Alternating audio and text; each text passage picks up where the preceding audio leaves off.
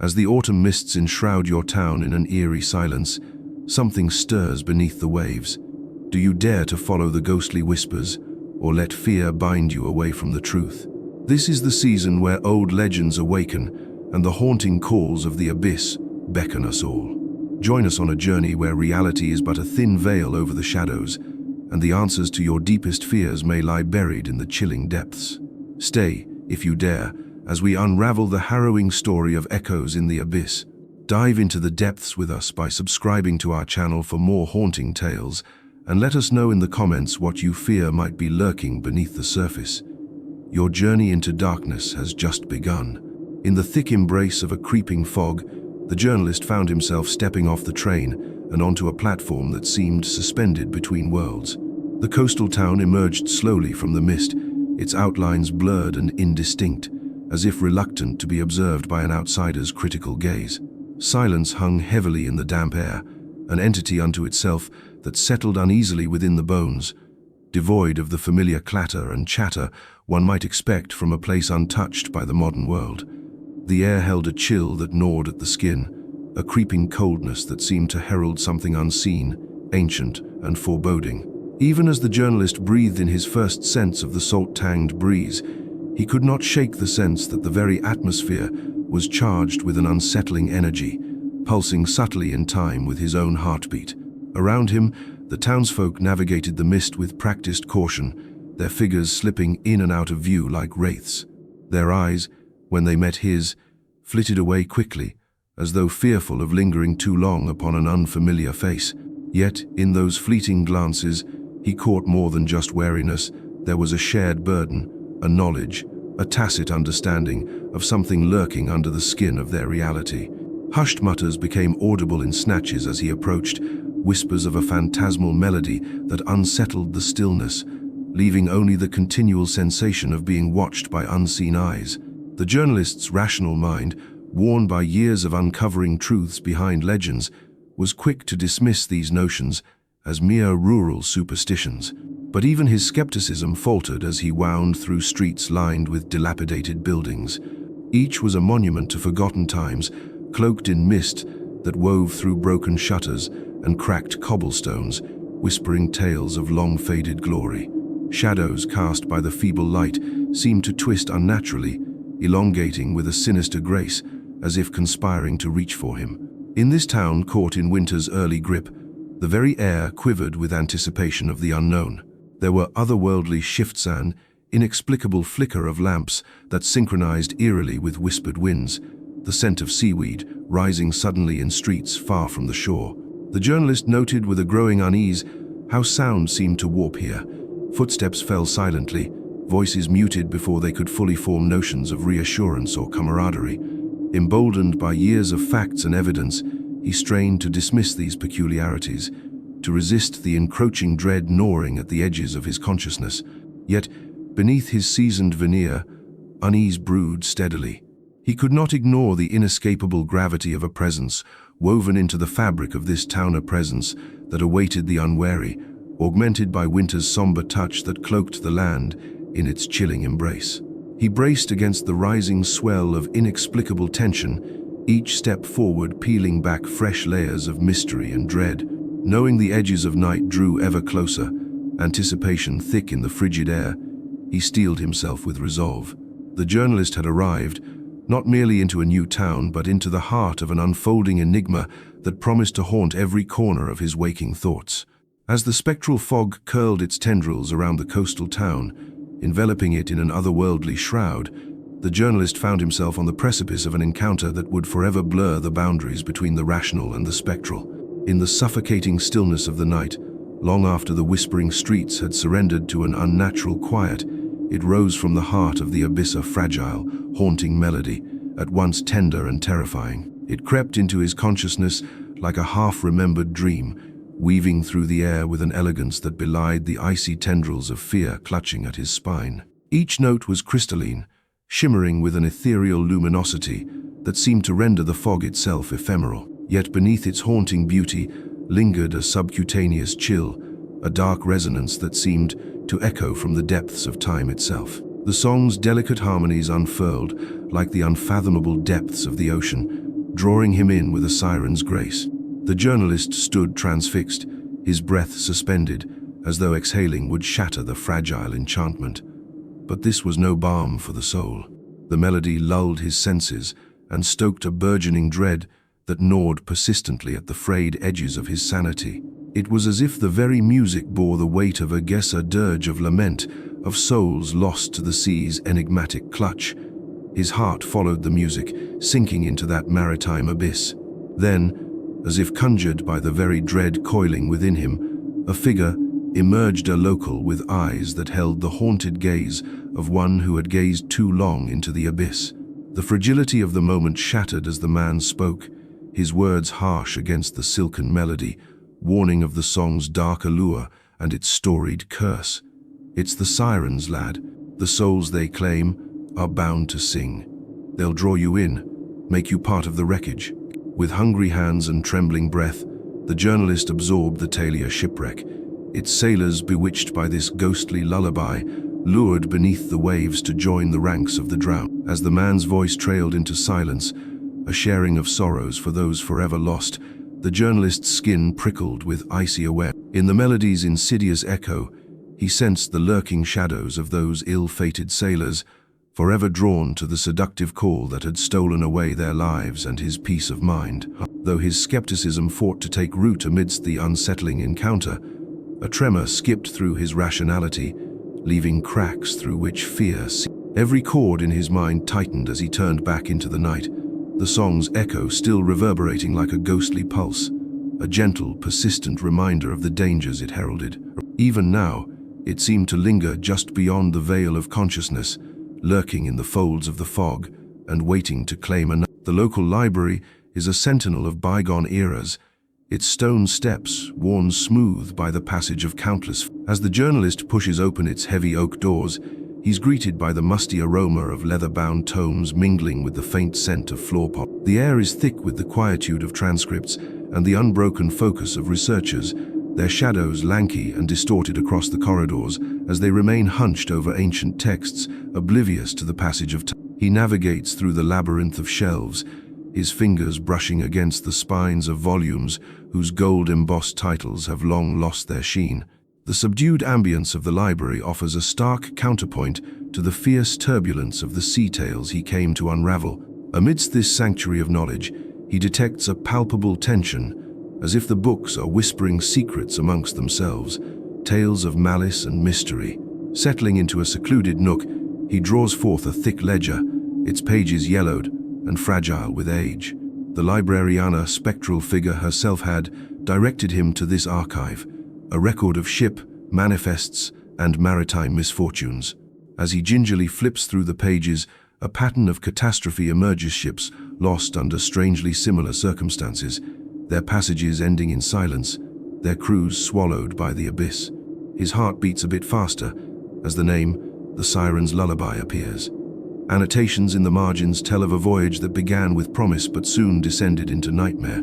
Accounts describe how, mere days into the journey, an unnatural fog enveloped the vessel, carrying with it a melody so haunting that even the ocean turned still to listen. This music, insidiously beautiful, seeped into dreams, drawing sailors from their bunks, leading them overboard as if entranced. The journalist's pulse quickens further when he discovers personal diaries, their ink scrawled in desperate haste, recounting the same sinister song that had brushed his own ears only nights before. They speak of the lament of the drowned, an accursed refrain said to originate from the depths, sung by souls who drowned, their spirits now bound to echo it for eternity. Each narrative ends abruptly, the ink trailing off as if the teller's hand was seized by an unseen force.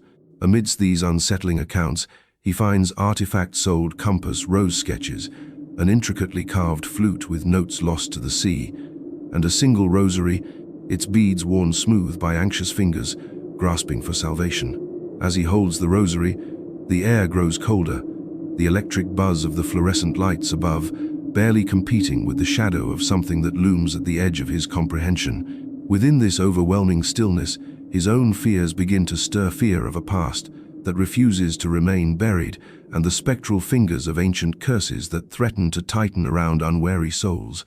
The walls seem to close in, And as he etches the stories into his notes, the shadows of the library resound with a knowledge as ancient as the sea itself, a reminder that some echoes are better left undisturbed, the abyss untouched. And so, consumed by his findings, he ponders whether the cursed voyage was merely a tragic tale, or if its echoes now compel him toward his own unraveling. The dread of the spectral hand is almost palpable, compelling him to decipher the intertwined fates of those once lost to the sea and his own now imperiled existence. The legend of the drowned lovers persists like an echo lost in fog, a timeless lament that weaves itself into the fabric of the very sea mist that clings to the bones of the cursed shore. A narrative that rises above the swelling folklore. It tells of two souls entwined by fate, only to be sundered by a merciless abyss. Their story, fraught with promises whispered beneath a moon transfixed by their ardor, remains etched upon the waves that once bore witness to their demise. Elena and Tomas, as they are recalled by the whispers of time, were the heart of the village, a vibrant young couple whose laughter was the lilt of spring and whose love defied even the bitterest threats of winter. Their eyes held the promise of forever, gaze to gaze, a vow as certain as the tides. Yet, in a world painted in shadows and secrets, their communion was deemed forbidden, their union as repellent as the depths that would become their sepulchre. The sea, viscous and pulse-like beneath the cold moon's glow, bore them away on that fateful night. The same waters that had cradled their laughter now churned with an unnatural fury, as if it too had fallen victim to the malice cast by jealous tongues. Promises once vivid and vibrant were snatched away by the howling winds, drowned amidst the jeers of a storm that nature herself seemed not to command. Their screams blended with the crashing waves, a chorus of despair as the abyss claimed them without ceremony, lovers, condemned to an eternity of unrest. Even now, when the winds sweep with a certain mournful keenness, it is said that their cries, intertwined with a ghostly melody, drift back to shore. The haunted strain is one that captures unknowing travelers, coaxing them dangerously close to the sea's edge, where memory and reality blur in the darkened foam. Their faces sometimes appear, fleeting glimpses in water-cloaked windows, haunting the dreams of those who dare sleep near the ocean's domain. The tune, a melancholic waltz composed in the edge of night, shivers, ensnares and entices, pulling all who hear its tragic notes towards the same abyss that devoured Elena and Tomas. Within the fibers of this legend lurks a truth, that love and despair carve deeper caverns in the soul than any earthly force. The journalist, himself a man whose inner fears writhe like serpents in his gut, finds a curious resonance with this tale. His life, composed of choices that teeter on the brink of personal abyss, mirrors the storm-laden voyage of the lovers. Each decision is a precipice, each unguarded thought a siren's call. He is drawn inexorably towards the expanse of his investigation, the melody of the drowned echoing with his own suppressed anxieties, realizations he dares never to articulate. The same melody that binds Elena and Tomas persists in the shifting sands of the journalist's convictions. He wades through the undertow of his own dread, aware of the looming shadows that accompany his every step, each whispering not only of the lover's tragedy, but of his own potential downfall. The tumultuous sea becomes an unwelcome mirror, reflecting his vulnerabilities under the guise of its ceaseless, murmurous lullaby. In that relentless cacophony, the dance of life and death, seen through the lens of star-crossed history, is but a throbbing reminder. Once caught in the abyss, few return unscathed. In the isolating embrace of his lodgings, the journalist became an unwilling guest at the banquet of madness laid before him by the haunting melodies. Each night, as the sun dipped below the horizon, those notes drifted through the town like a whisper of the abyss, threading through the fabric of reality and unraveling his mind in sinister harmony. It started with flickers at the edge of perception, shadows that stretched and yearned, faces forming in the static of a radio left untuned. With every errant harmony, they grew bolder, as if daring him to trust his senses. Yet trust, as he soon learned, was a commodity in perilous short supply.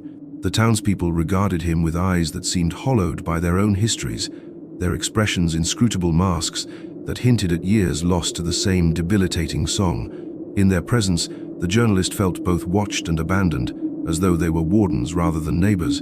Was the madness seeping from their pores like an insidious toxin, or were they merely shells, long since emptied by the siren's weighty allure? Their smiles were too quick, their denials too rehearsed. The air was heavy with a conspiracy of silence, leaving him alone to question whether they were complicit in this madness or trapped in its grip like he was. Dread settled in his gut, a coiling serpent that twisted tighter with each lilting refrain. Sleep offered no respite, for what dreams awaited him but those where dissonant echoes twisted his deepest fears into grotesque caricatures. In one dream, he was the lover lost at sea, feeling the waves wrap around him like chains, dragging him into the cold embrace of oblivion. In another, he saw himself standing upon cliffs, swaying in time with the wind that carried those cursed harmonies, so close to surrendering to the depths below. When morning arrived, the curtains drawn tight against the accusing dawn, he awoke swathed in cold sweat, the line between nightmare and waking blur more obscured each day. Paranoia took root, coloring his interactions in shades of suspicion. Voices murmured behind doors, growing silent as he approached. Strange movements in the periphery of his vision quickened his pulsy flutter, a whispered promise of horror unseen. Even the architecture of the town seemed complicit, with each crooked overhang and narrow alley conspiring to trap him within their labyrinthine embrace. It was as if the melody itself had transcended sound, weaving into the town's very structure, remaking it into an instrument of madness. The siren's song commanded obedience, feeding on his fear, and with a malevolent grace, transformed it into vivid hallucinations. Mirrors reflected impossible visages, grotesque distortions of reality that leered with knowing eyes. He feared their grip on him almost as much as the suffocating void of silence that followed the song's conclusion each night. A silence that throbbed with absence, where one could almost feel the sea's omnipotent pull and hear the lament of the drowned lovers, forever entwined in death's cold melody. There was no sanctuary to be found in daylight, only an eternity of waiting, counting the measured beats until night returned. Each moment stretched endlessly, and with every fleeting note, the abyss drew nearer. The journalist stood on the precipice of his mind, dangerously close to falling into a chasm that promised nothing but despair and endless echoey secos in the abyss that called to him with the seductive promise of peace, yet offered only the certainty of madness. The shoreline awaited him, not as a familiar haunt of solace, but as a living, breathing entity poised on the edge of hostility. The night air was thick, weighing heavily on the journalist's shoulders like an oppressive shroud, yet driven by the echoes of an uncanny melody, he pressed forward. Each step along the rocky path seemed to resonate with the whispered promises of the shadows that danced unnaturally around elongated shapes whose origins defied explanation, resembling more a gallery of specters than mere tricks of the moonlight. Gusts of wind swept in from the ocean, carrying with them a chilling, salt-laden chill that lashed against his face, as though the sea itself sought to claim him. The path was treacherous, its uneven surfaces and jutting stones conspiring to unseat him, as if the very earth distanced itself from his persistent pursuit of truth. The waves below crashed violently against the rocks, their roars rising into a harrowing crescendo demands made by ancient forces for him to desist, to retreat into safety. But the journalist was beyond the threshold of rationality, his mind entwined with the obsession induced by haunting refrains that continued to unfurl their strange tendrils within his psyche. That melody, both beautiful and grotesque, lured him with honeyed promise and barbed whispers, a siren's song that thrummed with an essence both familiar and otherworldly. It teased him closer, entangling his senses until doubt gnawed at his resolve. Was there solace hidden within that cursed score, or only despair? As he wound closer to his destination, the landscape around him seemed to distort, morphing into a maze of twisted silhouettes that stretched as far as his eyes could see. The coastline's natural elements and mere components of stone and tideno converged into a tableau of otherworldly dread that threatened to swallow him whole. The boundaries of perception frayed thin, as if the veil between dimensions had begun to tear within this eldritch vortex where time and sanity cowered. Unease permeated his bones, and with it, a pervasive terror unfurled like the spreading flame of an unseen wildfire. The notes grew stronger, their clarity soaring above the tumultuous roar of the ocean beneath. Notes that unspooled a tale in the depths of the journalist's mind, illuminating half-remembered dreams and fears long caged. An ominous symphony that seemed to mock, cajole, and ultimately seduce his spirit.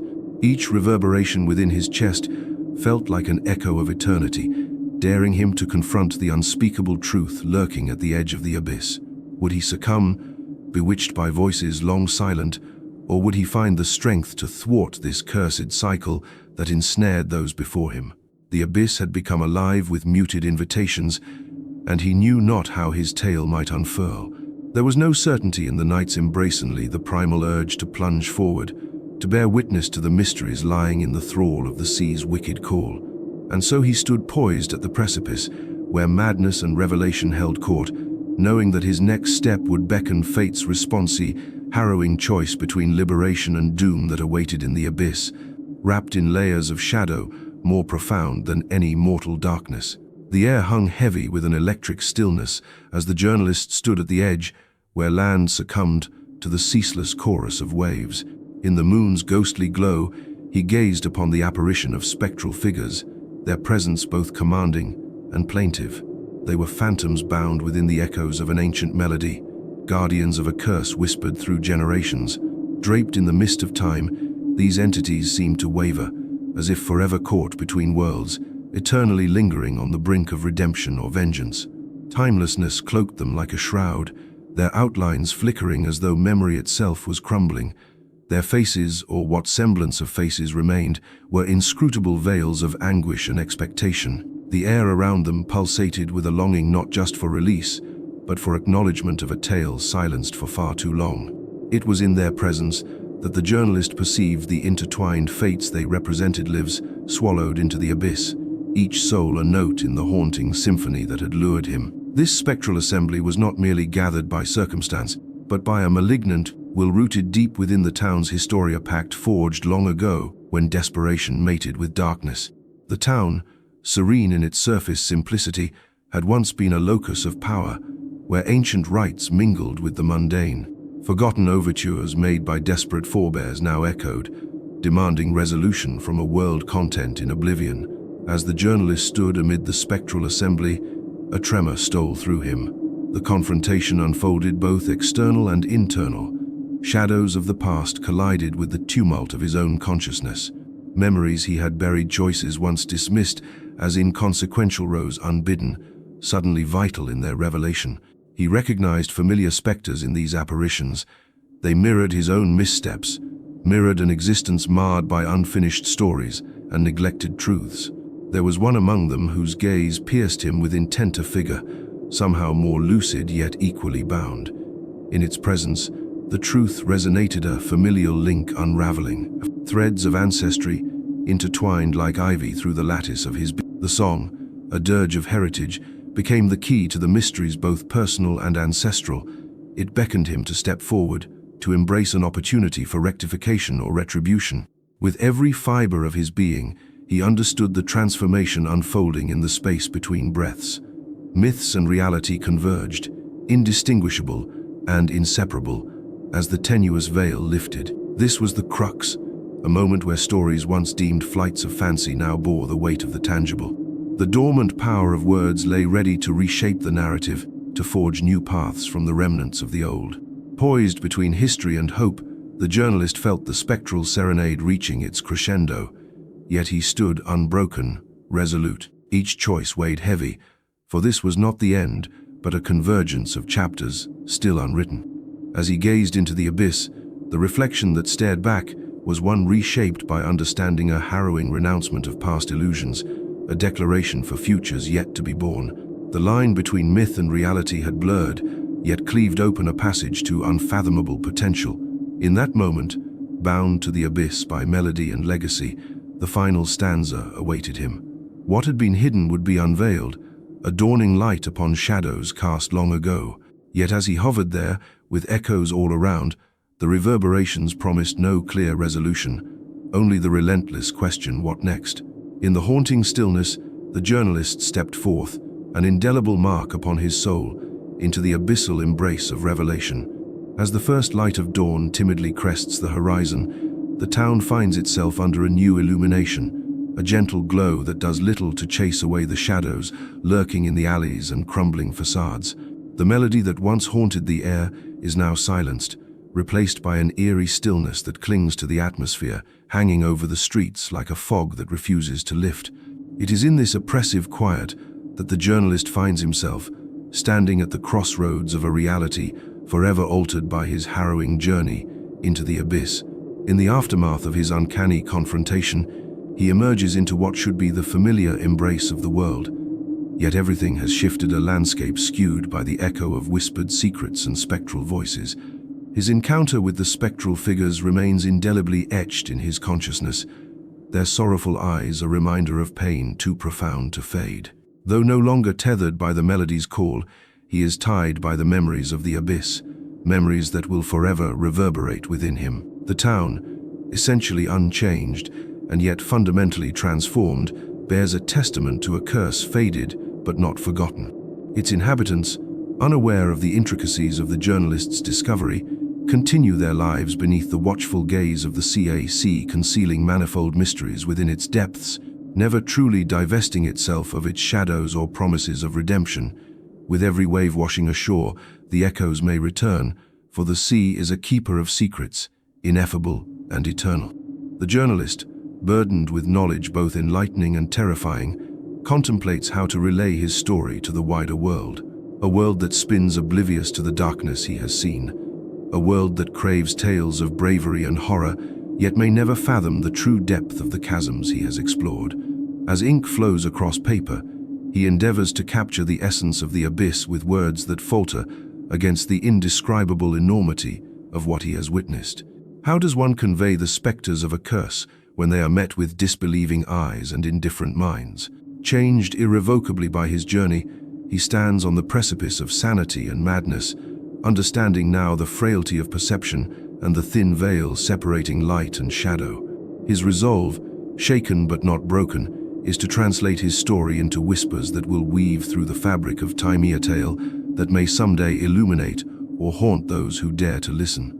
As he pens each sentence, a tendril of doubt coils around him, for he knows the abyss is never truly silent.